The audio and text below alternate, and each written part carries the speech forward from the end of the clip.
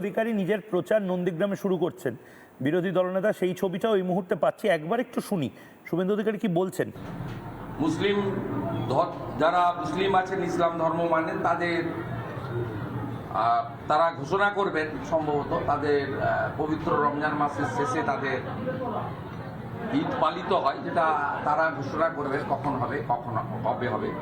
তার মধ্যেও আজকে দুজন রাষ্ট্রবাদী সংখ্যালঘু নেতা, যারাও বয়াল এলাকার বা নন্দীগ্রাম 2 এলাকার, শুধু এখানে নয় তাদের হলদিয়াতেও পরিচিতি আছে, শেখ সঞ্জয় রহমান এবং আলী আহমেদ লালটু, যিনি প্রায় প্রত্যেক দিন আমার সঙ্গে বিভিন্ন বিষয়ে নন্দীগ্রাম এবং হলদিয়ার বিভিন্ন সমস্যা নিয়ে যোগাযোগ রাখতেন।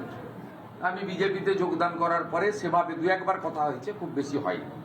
তো লালটু আমার অত্যন্ত পুরনো পরিচিত, তো লালটুকেও আমি পেলাম এবং তার সাথে সাথে আমাদের বয়াল 2 এর উপপ্রধান চন্দ্রকান্ত মণ্ডল, আমরা যার চোখ দিয়ে বয়াল 1 ও 2 দেখতাম, পবিত্র ভাই, তার সঙ্গে কিছু ব্যক্তিগত বিরোধ হওয়ার জন্য তিনি তৃণমূল কংগ্রেসে যান এবং সমবায় সমিতির নির্বাচনে আমাদের বিরুদ্ধে প্রার্থী হন।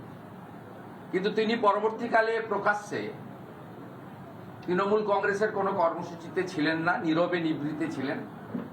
আমাদের স্থানীয় অঞ্চলের 2 জন কনভেনার, আমাদের দেবু ভাই এবং সুব্রত ভাই, তারা দলের কাছে বলেছিলেন যে যেহেতু তিনি অফিসিয়ালি সমবায় সমিতির নির্বাচনে, যদিও প্রতীক থাকে না, বিরোধী পক্ষের প্যানেলে দাঁড়িয়েছিলেন, তাই তাকেও আমাদের উচিত এই নির্বাচনের প্রাককালে, তিনি উপপ্রধান আছেন বর্তমানে, একটি বুথের পঞ্চায়েত মেম্বার পদ্মফুল প্রতীকের, তাকেও দলে, একে বলা যায় ঘরোয়া, মানে ঘরে ফেরা, এটা করে নেওয়ার জন্য।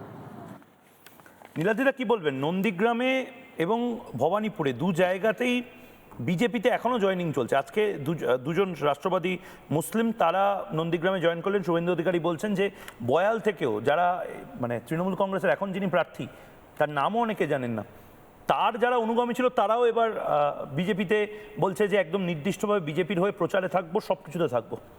না, পশ্চিমবঙ্গে ময়ূক যদি দেখেন, একটা ট্রেন্ড হচ্ছে নির্বাচনে, যে দল জিততে চলেছে তার দিকে প্রশাসন চলে যায়, যে দল জিততে চলেছে সেই দলে মানুষ জয়েন করে, এটা সাধারণত দেখা।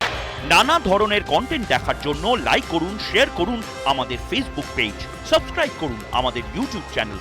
পাশাপাশি অন্যান্য ব্রেকিং নিউজের জন্য অবশ্যই চোখ রাখুন রিপাবলিক বাংলায়।